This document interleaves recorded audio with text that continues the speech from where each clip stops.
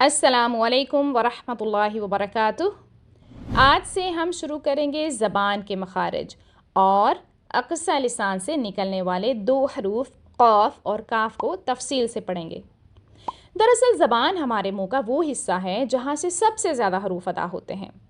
ज़बान के 10 मखारिज हैं और वहाँ से 18 हरूफ अदा होते हैं। और मज़ीद आसानी के लिए ज़बान को 4 मुख्तलिफ़ हिस्सों में तकसीम किया गया है।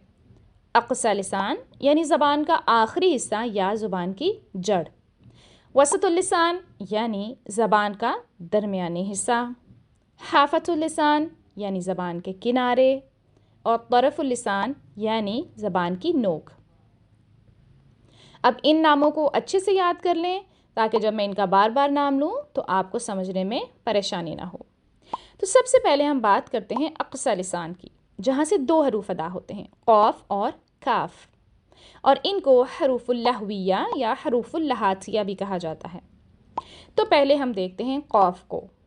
ये ज़बान की जड़ को उसके मुकाबिल तालू के इस नर्म हिस्से से लगाने से अदा होता है और हमें ऐसी आवाज़ आती है, अक़, इक़, उक़, क़ौला, क़ुलूबुहुम। आपकी ज़बान की जड़ बहुत स्ट्रॉन्गली तालू को हिट करनी चाहिए और ये चूँकि हरूफ मुस्तआलिया यानी भारी हरूफ में से है, इसलिए आपने आवाज़ का रुख भी ऊपर तालू की तरफ रखना है। मगर एक बात का ख़ास ध्यान रखना है कि आपके होंठ गोल ना होने पाएँ।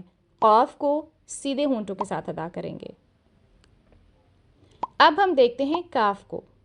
ये ज़बान की जड़ को इसके मुकाबिल तालू के नर्म और सख्त दोनों हिस्सों से लगाने से अदा होता है। क़ाफ़ की निस्बत काफ़ का मखरज मुंह के ज़्यादा करीब होता है।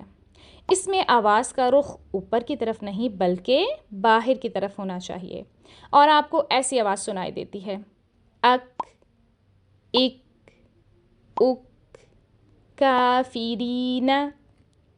अब हम देखते हैं क़ाफ़ की अदायगी में होने वाली आम गलतियाँ कौन सी हैं। क़ाफ़ की आवाज़ को हल्क में नहीं ले जाना, यानी ऐसी आवाज़ ना आए ओ ओ। दूसरा, अंदर से दाढ़ों को खोल कर रखें, यानी उनके बीच में गैप होना चाहिए और होंठ गोल नहीं होने चाहिए ताकि ऐसी आवाज़ ना आए ओ। और तीसरा, जब ये साकिन हो तो इसमें एयर बिल्कुल नहीं होनी चाहिए, यानी ऐसी आवाज़ ना आए अक अक, बल्कि कलकला की आवाज़ वाज़िया होनी चाहिए, जैसे अक। अब हम देखते हैं काफ़ की अदायगी में होने वाली अमूमन कौन सी गलतियां होती हैं।